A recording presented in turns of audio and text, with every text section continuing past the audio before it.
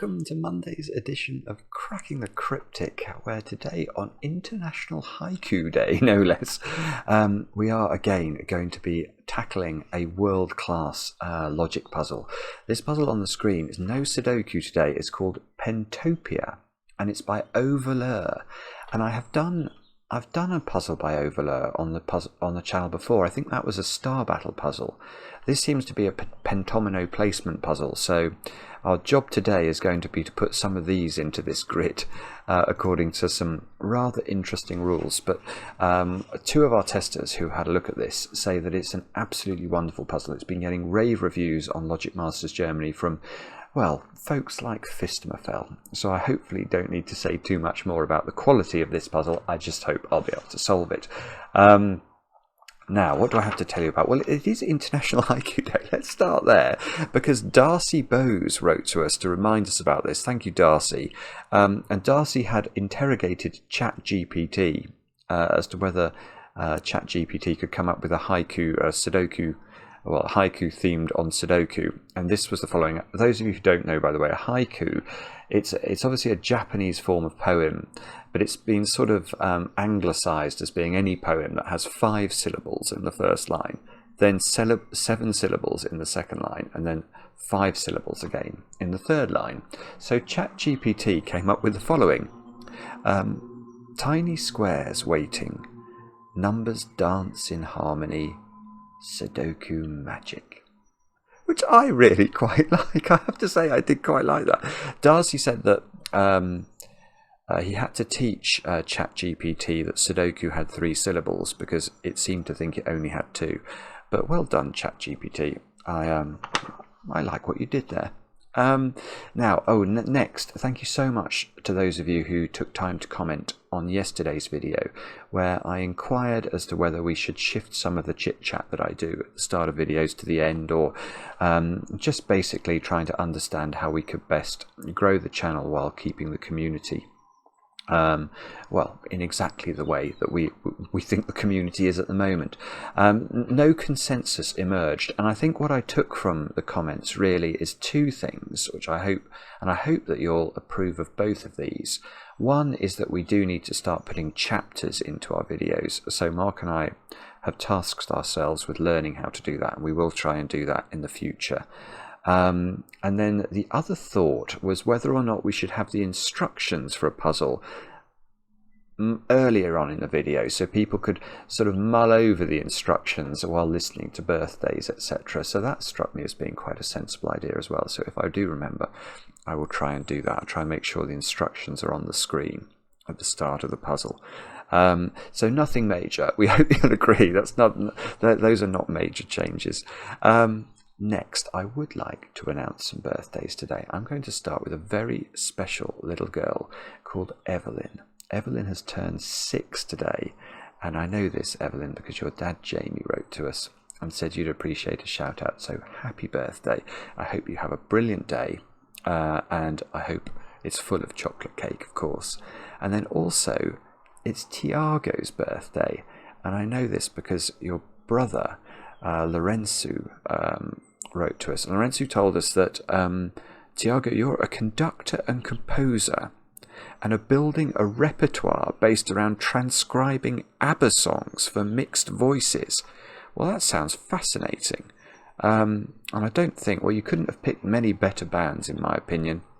The ABBA back catalogue is quite extraordinary. So Tiago, anyway, I hope you have an absolutely great day today, and with chocolate cake, of course. Now, the only other things I've got to mention are Patreon related, which are 2 things. Firstly, we have got this special kids Sudoku hunt available. It came out a couple of days ago. It's themed on Super Mario Brothers. The feedback already has been absolutely wonderful. Lots of you getting your children to try Sudoku for the first time. It's exactly what we were hoping for. Do try and do it. See if you can get them involved. And then the other thing is correct solvers of the nightmare. This is definitely not for kids. Well, it's not it's for very clever children, but obviously it's themed around Nightmare on Elm Street, which is not a children's film. But the Nightmare on Sudoku Street by the Sudoku Skunk Works has been getting absolutely rave reviews. And if you manage to solve all 19 puzzles by the 20th, so you've only got 3 days left, you'll get a shout out on the channel, and the following have managed to do just that. So very well done to Patrick Nisi, Arian Meyer, Tom Hulme, I want to say, Ben Mason, Jeff Snyder, Rob Lindsay, Daniel Park, Callum Mailer, William Polzine, Joseph Duncan, Peter Reitman, Eric Brunther, Alexa Ollie Tabuga. Oh no! It turned her on. Your name turned her on, Alexa. Sorry about that. Monica Reese, Tim and Tara Ackrey, Scott Abercrombie, Walter Matthews, and Kevin Catano. Very well done, one and all. Fabulous work. Now let's do some solving, shall we? And I will tell you the rules of this Pentopia puzzle. Now these, right, I must have done a Pentopia puzzle in the past, but it is not, it's a long time ago, I think. Anyway, this is what voleur has created.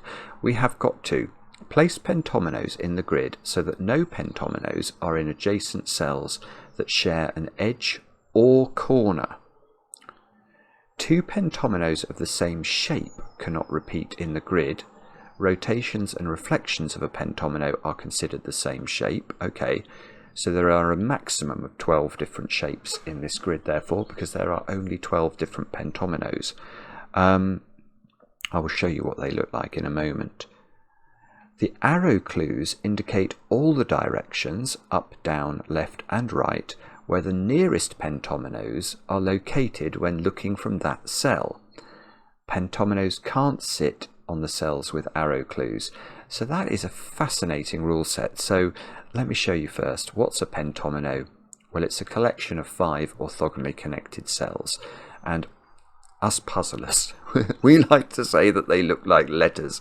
So this is rather a nice graphic that shows you the names of all the different pentominoes. You don't need to know the names in order to solve puzzles like this, but it sometimes helps, you know, if I can refer to that shape as a P pentomino, you'll know what I mean.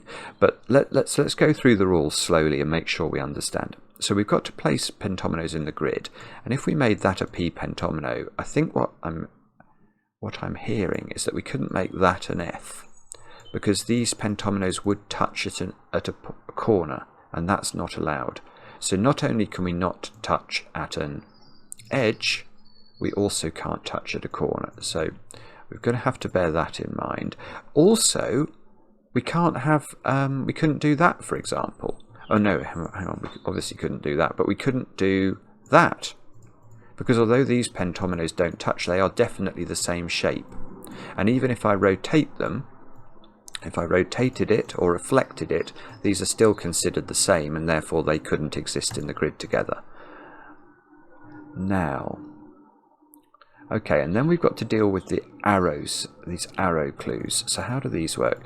The arrow clues indicate all the directions, up, down, left and right, where the nearest pentominoes are located when looking from that cell. So let's look at this one. I think what that's saying is that the nearest pentomino in this direction, we don't know where it will be. Let's say it was there. So these would not have pentominoes in. Oh, hang on, I need to think about my colours a bit more carefully. We'll do grey for pentominoes and green for not pentominoes. So let's say looking northwards, the first pentomino that was encountered was in this cell. Then that would have to be the same in this direction and the same in this direction, because this arrow is pointing at the nearest pentomino in as many directions as that nearest pentomino appears. So that would mean in the southerly direction, there could not be a pentomino that would be in any of those cells, is how I understand it. And that's why some cells have different numbers of arrows. Okay, that's all I've got. That's all I've got. That's what we've got to do with the rules. Oh, and pentominoes can't sit in arrow cells as well. Do have a go. The way to play is to click the link under the video. I don't know why I'm putting my fingers on the number keys. I don't think there's going to be too much numbering of cells today. We just have to do some shading. And let's get cracking. I can't remember if I said the way to play is to click the link under the video. I feel like my mouth has just said those words, so I hope I did. But anyway, let's get cracking and see what we can do. Now, surely I have to start here, don't I?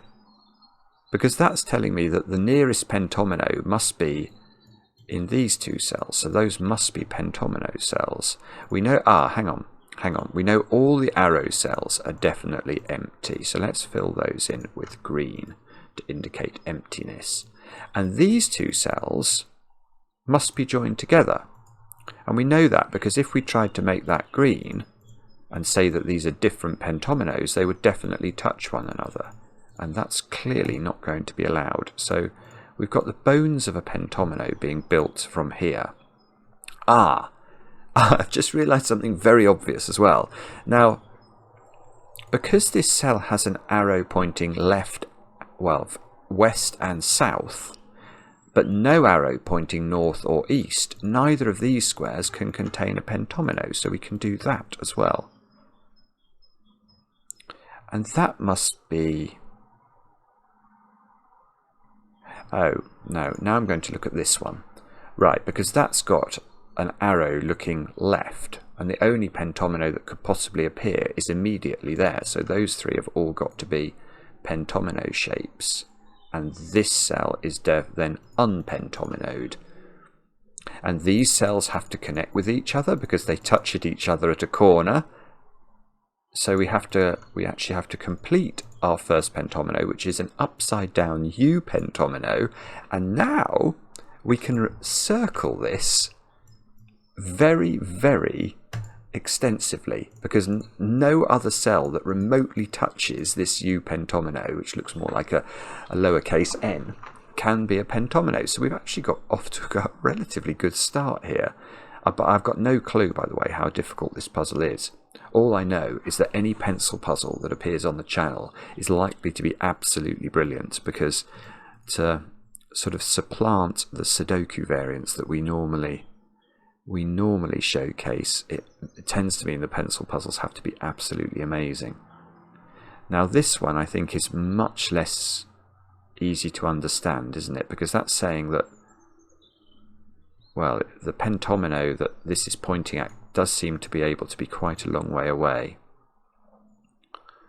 But I suppose, right, neither of those squares can be pentominoes, because otherwise the arrows ought to point to them. So that square's clearly not a pentomino. That square's not a pentomino, it's too close, it should have an arrow. Yes, okay, so what we can do is every orthogonally connected cell to an arrow cell where an arrow is not pointing at that cell, that must not have a pentomino in it. And that looks like a very...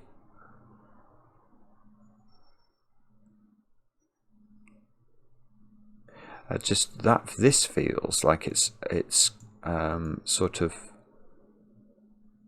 It's creating a wheel, doesn't it? I don't know why. That just feels like a very symmetrical pattern.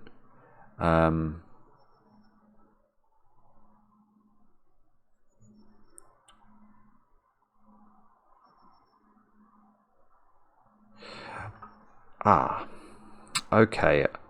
Okay. Here is something very obvious that if I was used to doing Pentopia puzzles, I would have got instantly, but I didn't. We have already placed this pentomino, this U pentomino here. So how could these arrows be looking at those cells? If they look at those cells, we have to connect them up, and that's going to create another U pentomino. And that's absolutely mighty, because that means that those three cannot be the nearest sort of pentomino cells to this cell. So all of those get greened, and that must be the same for all of these. Oh, this is going to be mighty. Same is true down here. If we make those three all pentominoes, we've got a problem. We have 2U pentominoes in the grid. So now, okay, now it doesn't look so much like a cycle. It looks like a collection of stars.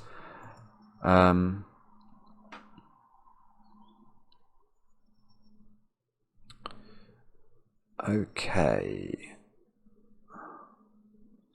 You see, again, I think if you were experienced at this puzzle type, this would yield something very obvious. I can see that this one, I think at least one of those two cells has to be a pentomino. And that's actually not because of looking at it in the sort of easterly direction. It's from looking at it in the northerly direction. One of those three cells has to be a pentomino, because otherwise there would be no pentominoes to the north side of this arrow. And that means that either this cell, or this cell, which can't be a pentomino, must be a pentomino. So one of those at least is a pentomino. I don't really know how to show that. Maybe I'll have a colour to say that there must be at least one of those cells is a pentomino.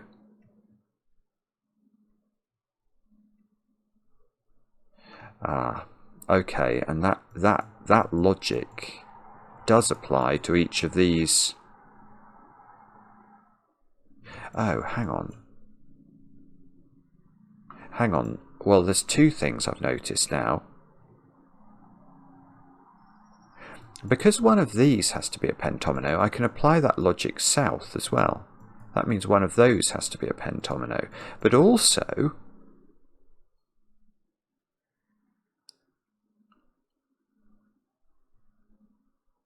yeah, also look at this one.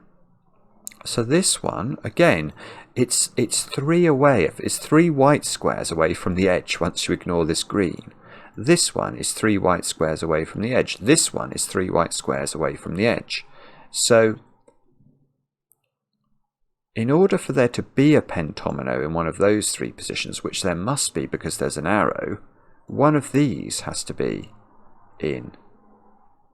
And therefore one of those has to be in. Oh, this is going to be confusing.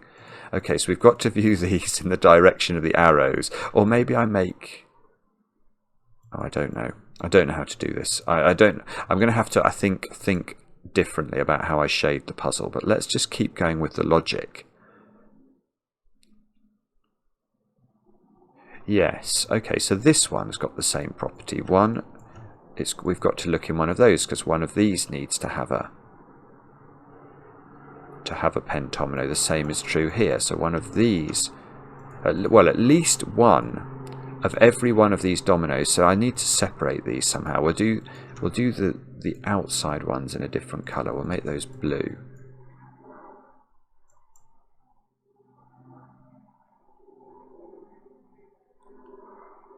So we're building a sort of Catherine wheel here, aren't we? Ah, oh no, I was about to say something that was absolute gibberish. I was about to say, how could that be? No, actually, no, it's not gibberish, is it? No, it is gibberish. Oh, hang on. No, see, now I'm confusing myself, because the problem is that although I've made this domino purple, all I'm actually allowed to assume is that at least one of these is shaded. I'm not saying both of them is shaded, because actually I'm not sure both of them can be shaded. Well, certainly not. You can't shade those 4 cells. I can totally see that, because if you do, if all 4 of these were shaded, these would have to be in the same pentomino because they touch at a corner. So that would have to be shaded. But then because one of these is shaded at least, and at least one of these is shaded, you're going to have at least a 7-cell shape. So there's clearly some sort of restriction regarding how many of these domino shapes we're allowed to shade.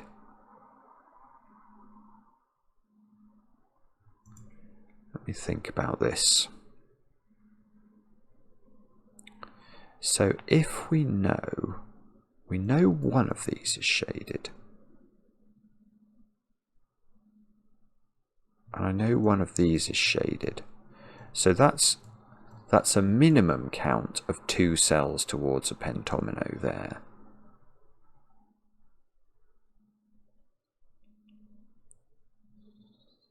Oh, okay, right. So I have seen one thing as a result of this sort of funny Tetris shape.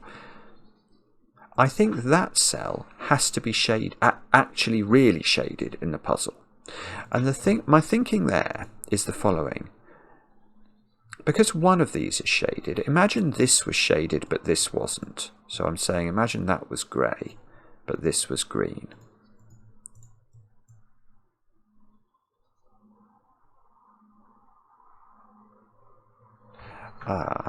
No, hang on. Now I'm doubting myself.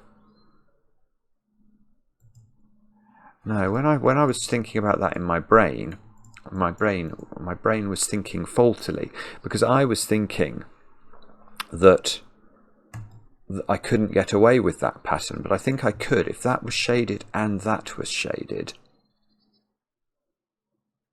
these wouldn't touch each other, so there would be no need for this to be shaded. Okay. So how do we do this then? The answer is I just don't know. I don't think I'm experienced enough with these puzzles to just note, to just be able to tell you sort of the implications of how this should work.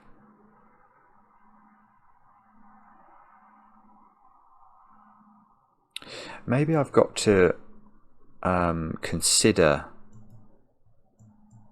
genuinely consider. You see, if that's shaded, then whatever's shaded down here has to be part of that pentomino.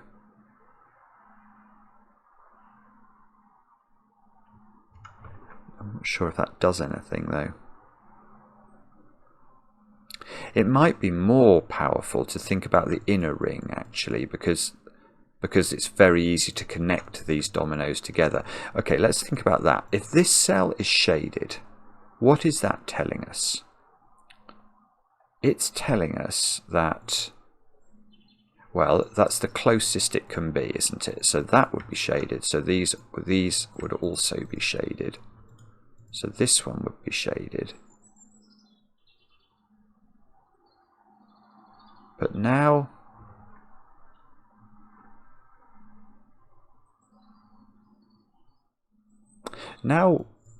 one of these needs to be shaded because it's in a purple domino.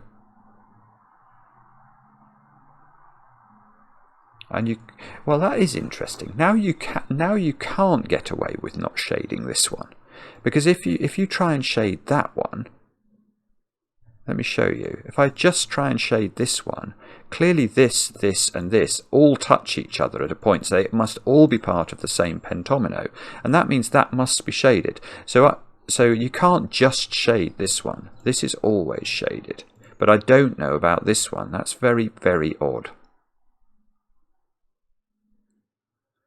So what does that mean? Does that logic...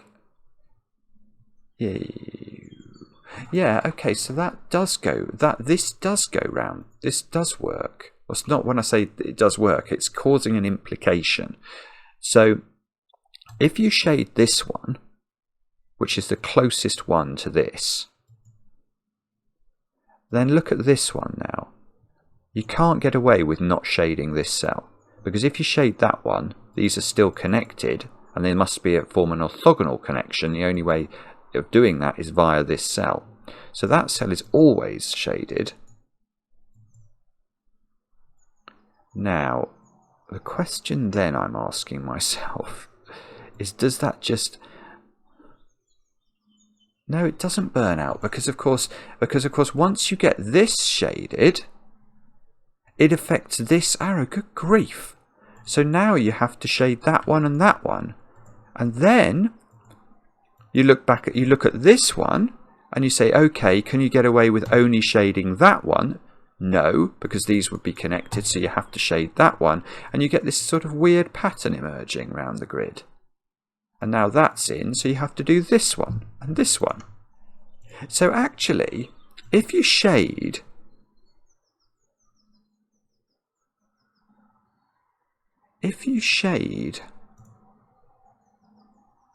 any one, you've got to shade that one as well.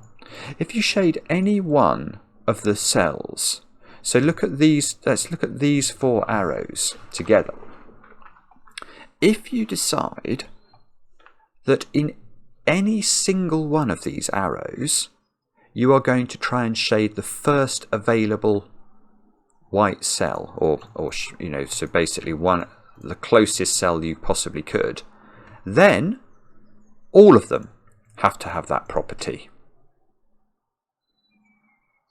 And that doesn't quite break. It looks like it wants to break, but it doesn't quite break, because you get these patterns of shaded cells, and you can see you can't actually take any of those cells. This might be right. This might be right, because you can't take any of these cells without connecting 2 sequences of cells, which would have to then become orthogonally connected, but it would be a sextuplet, not a it would be a sextomino, not a pentomino, or a hexomino, not a pentomino.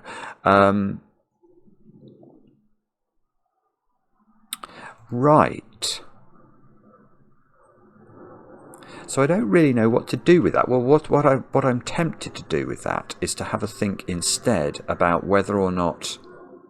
So let's imagine then. Right. Okay. So we can now understand one thing about the. Well, there's 2 things I understand about the puzzle. Well, but they're related. So if we decide that in relation to any of these arrows, we're going to try and make the nearest cell that we can grey, then every single one of these arrows has its nearest cell grey. And that means that there's only, that is one possibility in the puzzle. The other possibility is that all of these arrows have to take the furthest away cell. Because if any one of them takes a cell that's closer, they all are forced to do that by the logic that we've just looked at. So let's say that in fact we take the furthest away one. Then we know that they all must take the furthest away one, because if any one of them took one closer, they would all then be forced to take the close one. So we're going to get a different pattern now, but it doesn't look like it's a very useful one, I'm afraid. So we'd get this pattern of greys, and you can see these aren't touching one another, and in fact all of these dominoes here expressly they all have to be green, because if any one of those cells that I've just highlighted that are outlined in blue here, if any one of those is made grey, it forces the whole ring to take the pattern that we've already looked at. Hang on. That doesn't work. That's beautiful. So it doesn't work when you do it this way round. It fails instantly, because by forcing these to be 3 away, we've created an internal shape here that I can't mod 5. Look, these all have to be formed pentominoes. The moment we extend them, that then gets extended. Yeah, you're forced to make this pattern in the middle of the grid. You're just forced to do it by the rules of the puzzle. And that is most certainly an 8-cell shape. It's not a 5-cell shape. So you can't do this. This is absolutely beautiful. So this weird symmetrical thingy has actually it's forcing a very particular pattern. Let's go all the way back. It's forcing every single one of these arrows to have its grey cells in the first available position, which is those. So all of those cells turn grey, and that we can see locks these cells out. If any one of these cells becomes grey now, it's going to connect into a sequence which is going to be too long. So they all turn green, and in fact, look, these purple ones all turn green as well. If any of those, if you make that grey, these need to be in the same pentomino, and they can't be. So all of those turn green. What about the blue cells? Don't know about the blue cells, I don't think. Do we know anything about the blue cells? I'm not sure. I'm not sure whether I know anything about the blue cells. I think I don't. Because these blue cells were blue cells because they were being pointed at by arrows, but the condition that was inherent in the highlighting of the blue cell has already been fulfilled by having a grey cell, if you like, earlier than that blue cell. So I think we have to unbluify all of these and leave those as white because we just don't know what's going on. And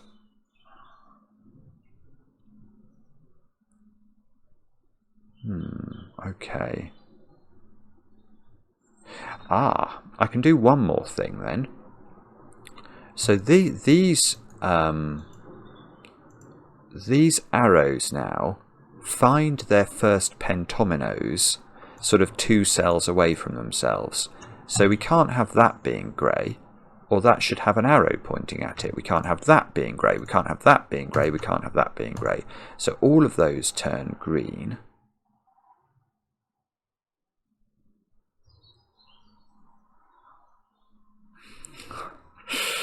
Okay. Is this one going to be that? Oh, this one's done. Oh, no. No. Look, I hadn't spotted this. This one's just done. It's only got one grey look. Oh, this is totally inept. This has to be part of a pentomino. It can only pick up 2 cells there, so that must be grey. Can it touch? Oh, it could. Oh, no, it can touch that. Look. And there's a couple of ways, maybe. So this might be able to connect with this. Oh, I'm quite relieved about that, actually. That doesn't actually seem to do anything, this one. Or nothing easy.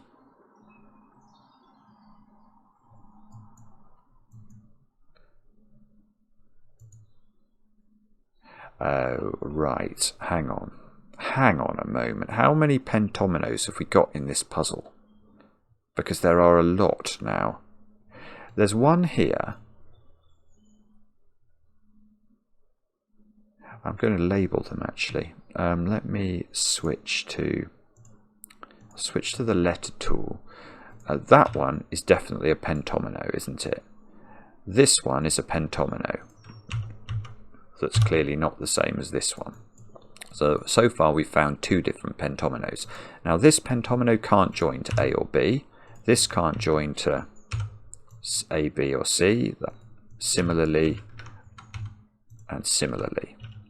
None of these can join together. You'd have to create a great big pentomino. Well, which wouldn't really be a pentomino by the time it had been done. But look, what I've noticed is that cell can't join to that one. That would not be a pentomino. That would be, again, a hexomino.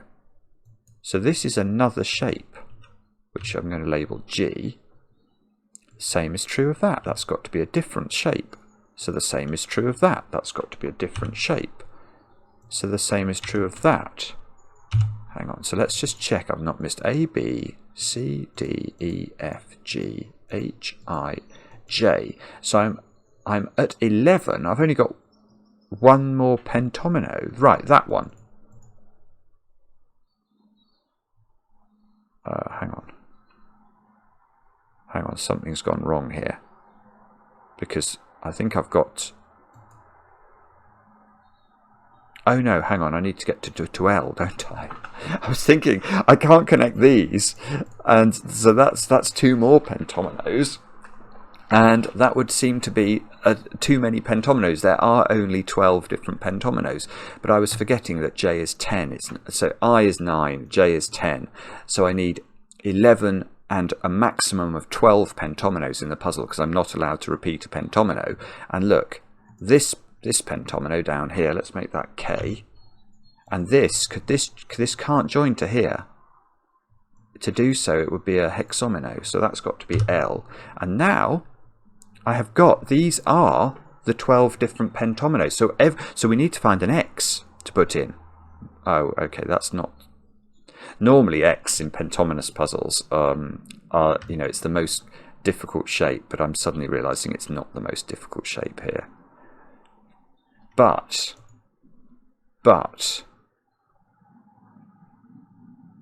well, for example, this cell, which is not in a shape that I've labelled with a letter, that's either joining to there, or to there now. It cannot be a 13th pentomino.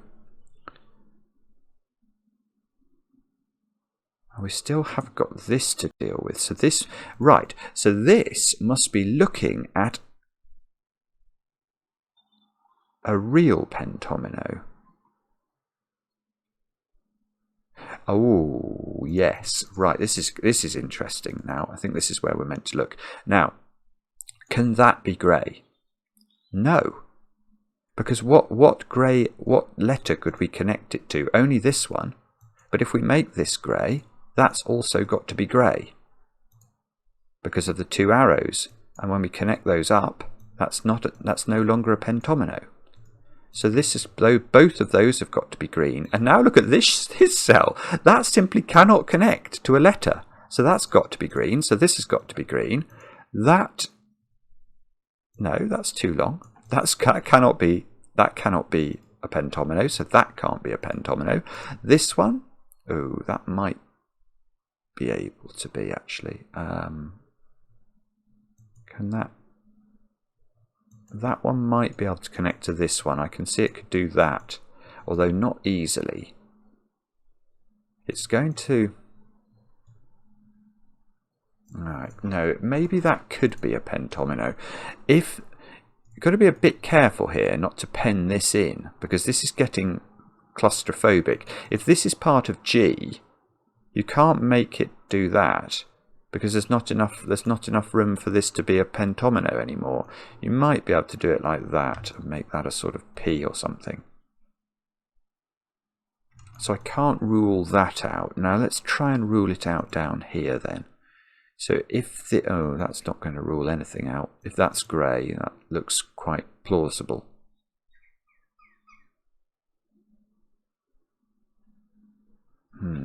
Okay.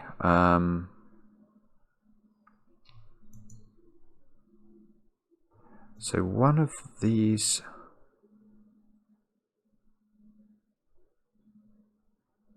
I think it is true to say that one of these 5 has to be grey. Because if the first opportunity for greyness was there, actually, look, 1, 2, 3, 4, 5, 6, 7, 8. 1, 2, 3, 4, 5, 6, 7, 8. Yes, okay, so the furthest away is here for the first grey in row 2 from this arrow.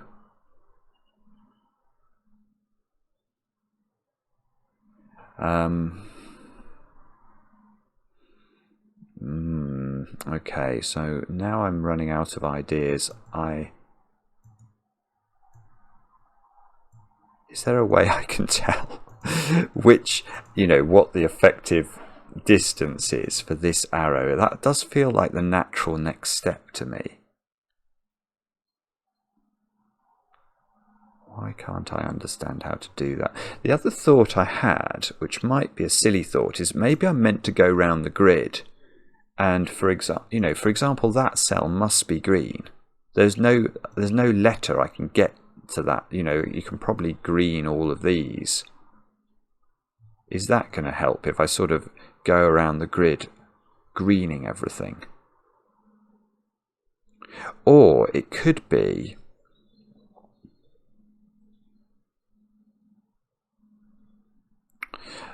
no, it could also be trying to fit in the awkward pentominoes. In fact, let's take a quick squiz at the pentomino list. What's tricky in the context of a Pentopia puzzle? I. Might be worth looking at I. The rest of them don't really appeal, and we know we can put X in. But this one down here, that either has to be a V or a version of L, doesn't it? This is either a V or an L pentomino. Oh, the I, look, the I can go in all sorts of places. Or maybe, yeah, oh, well, maybe it can't go there. But it can clearly go in lots of places, I think. So in fact, it can go along the bottom as well. So the I, right, so we need to think somehow differently about this. What about...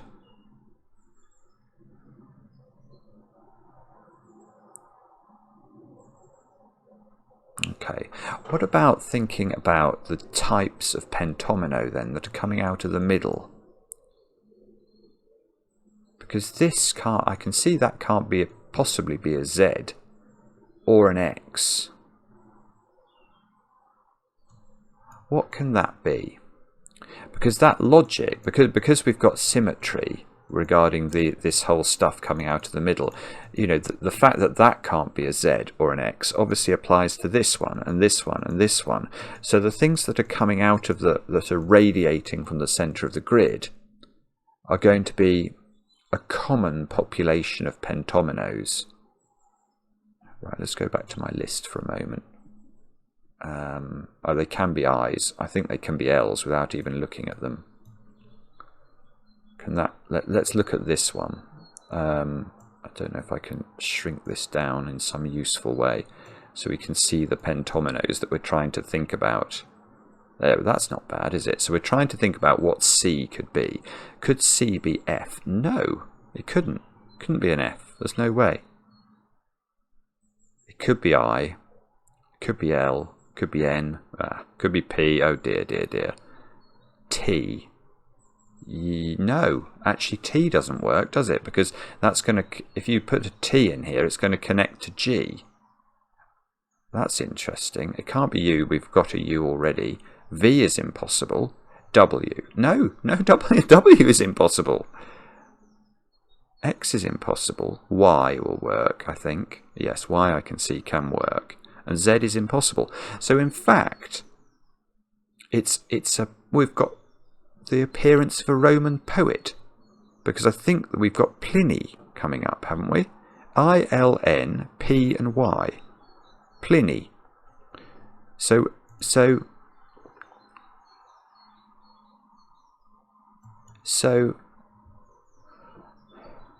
these four pentominoes are selected from 5. Oh no! I thought I was on something then. I thought no. If this one could be a V, if that one had been forced to be an L, then this would have been a Piny, and it would have to have been P-I-N and Y. But that could be a V.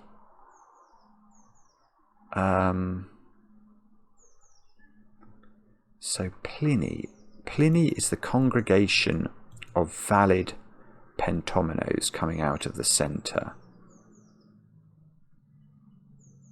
So let's just think about that. So P,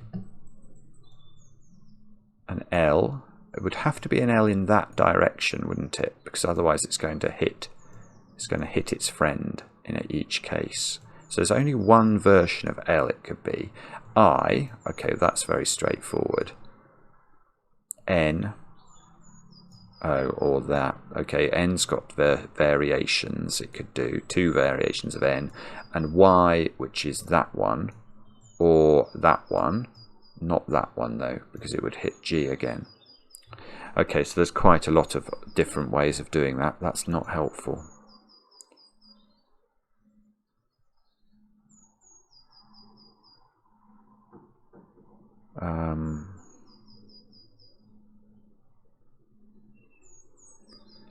Okay, so there must be something else that we can do here. I still think it's likely to be to do with this arrow. This is the one arrow we've not sort of bottomed out, have we? And what was the situation? If we made that grey, we're saying it connects to this with an L. So that would mean that would have to be a V.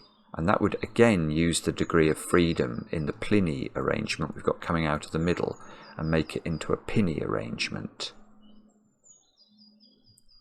So if this is grey, we're looking at Pinny. If this is not grey, so that's green, that would become green.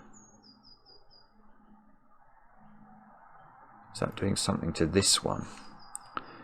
If this, let's just have a look at that for a moment. If that's green, this can't come down very far, can it? No. Ooh, actually, here's a thought. Can it even take that cell? If this is green, can H come to here? And the reason I ask that is I don't... how does this one grow? It can't touch this at all. It's got nowhere to go. It can't do it. Right. So if that's green, that's green. And this has to be a Pliny. Doesn't it? What else could this be? It could be P, L. It can't be I, actually. Could be N. Could be Y.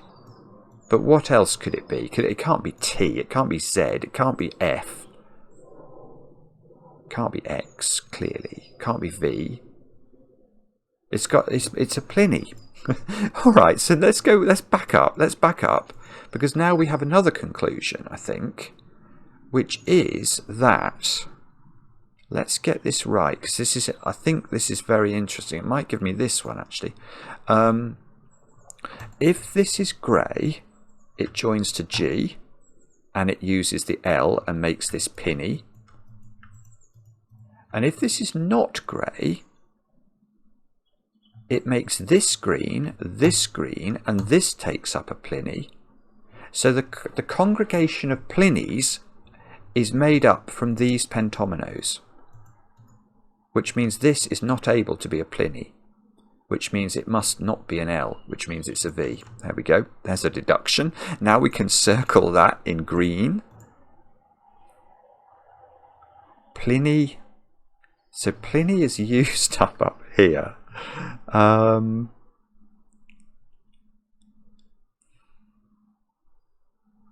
Okay.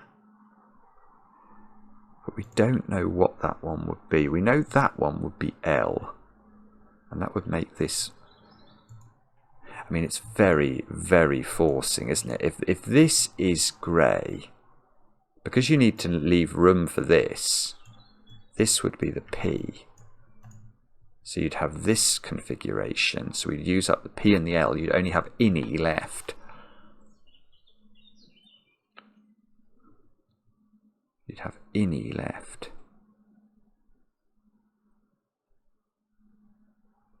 Oh, here's a thought I hadn't spotted and should have done. That's green. If that's grey, it's connecting all those up. And by the time we orthogonally connect all those, we're going to have a 6-cell shape. So that is green. Yeah, there is a break in the symmetry, isn't there, here, that's causing a kerfuffle on this right side. These don't have this one sticking into their area. So it's less constrained. Now, can I just... I know that we're looking at Pliny.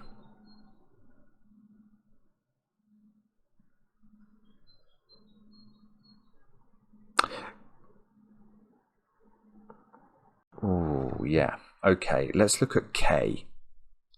How is K not joining to that now? And I think if it does join to it, it might have to be a W.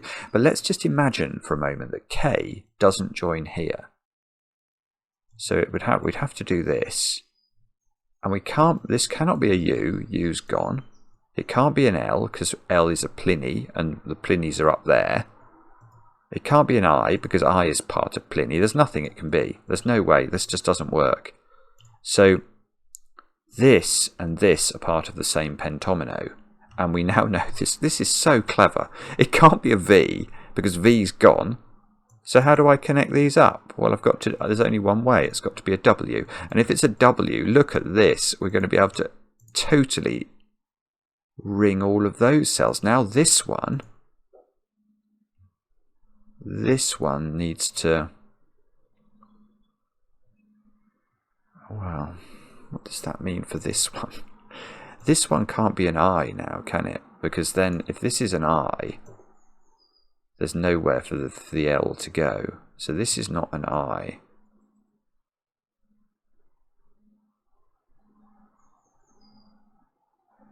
So this is a Pliny. This is definitely a Pliny.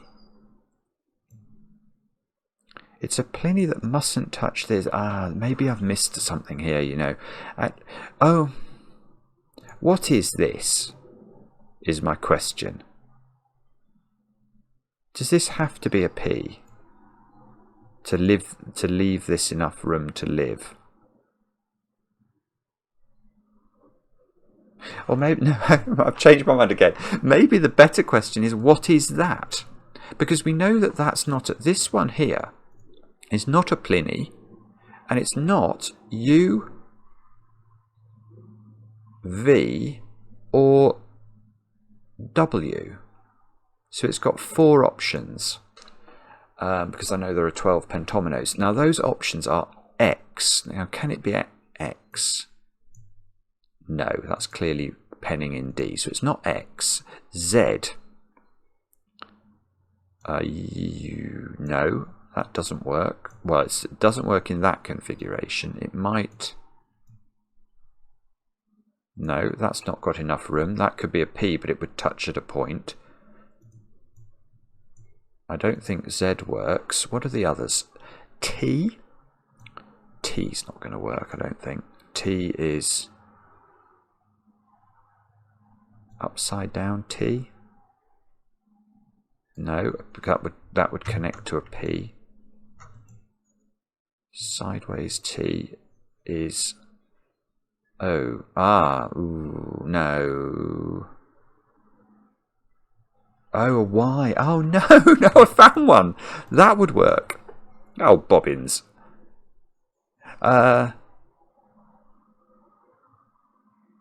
Yeah, hang on, but there was another pentomino that could go. Actually, I need to find one pentomino that works here. What was the other one? Z? Maybe I'll go to my list. Hang on, let's go back to the list and try and work out. Oh, F. Oh, this can't possibly be an F, can it? F. Oh, maybe it can. No. That's the most efficient F we could draw, isn't it? I mean, there are other Fs that are always possible. But in terms of giving this enough space, it feels like that would be the most space we could provide, and that doesn't work because you can't put a P here, and you can obviously not take that cell either because these would touch. Good grief. Alright, so this is it. What you have to do is realise that this has got no options basically apart from one, I believe, which is a T on its side, which just, if you put a Y there, leaves you enough room for a D. I think, well, that feels right, and the reason I say it feels right is it was the only thing that remotely looked like working. Now, that is going to be absolutely mighty because we can green all of these. What is this doing now? Well, hang on, let's think about this. Well, I've used a Y now. Do I now know what this is doing? Surely I do. Because either this is grey, which is that one, isn't it? And that's causing the L. Or this is green. But if this is green, there's a whole swathe of green. 2, 3, 4, 5, 6, 7. And that would be grey.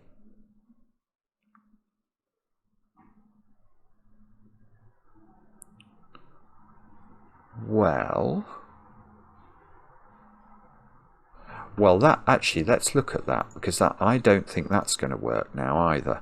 If So from this arrow's perspective, either this is grey or green. Now if it's green, all of these become green, but this becomes grey, because this one will see this one, which is in that position. These connect, so we have to connect them up. But what? This is not allowed to be a Pliny, remember. So what can it be? It can't be a Z, because it will touch the C. It can't be a T, because T's gone. It can't be a U. It can't be a Y, because Y's gone. This is ridiculous. Is this really it? Thing is, it's very easy to miss options in Pentominoes puzzles. It can't be a Pliny. It can't be anything. It just can't be anything. That doesn't work. So that means that we are putting greys. This is a very long-winded way of proving these have to be grey. I think there may well have been a more elegant way for me to do that. But it's huge. It's hugely powerful, because once this is grey, it obviously has to connect to G in a way that gives C enough room to be a pentomino. So that's forced. We can ring all of these, all of those, look, in green. So that forces the shape of the C to be a P. So now we've done per, ul, and the Y. So we've got I and N to place. So these have to be I and N. We'll come back and think about that. I can see it could be a Z. Can it be anything? It could be an F. It can't be an X. This... Oh, here you go. Right, that can't be an I, because this one won't have enough room. So this is the I, which gives us this. We can just ring that in a wealth of green. That's sort of a green belt around there. So this is N. Oh, N was one of the ones we didn't know how it worked. Okay. So... Okay, alright, but I can now see something simple, which is which one of these is the X. I've not put X in yet. That can't be X, it will connect to E. That can't be X, there's just no room for it. So this is X, and therefore that's the X. Look at that.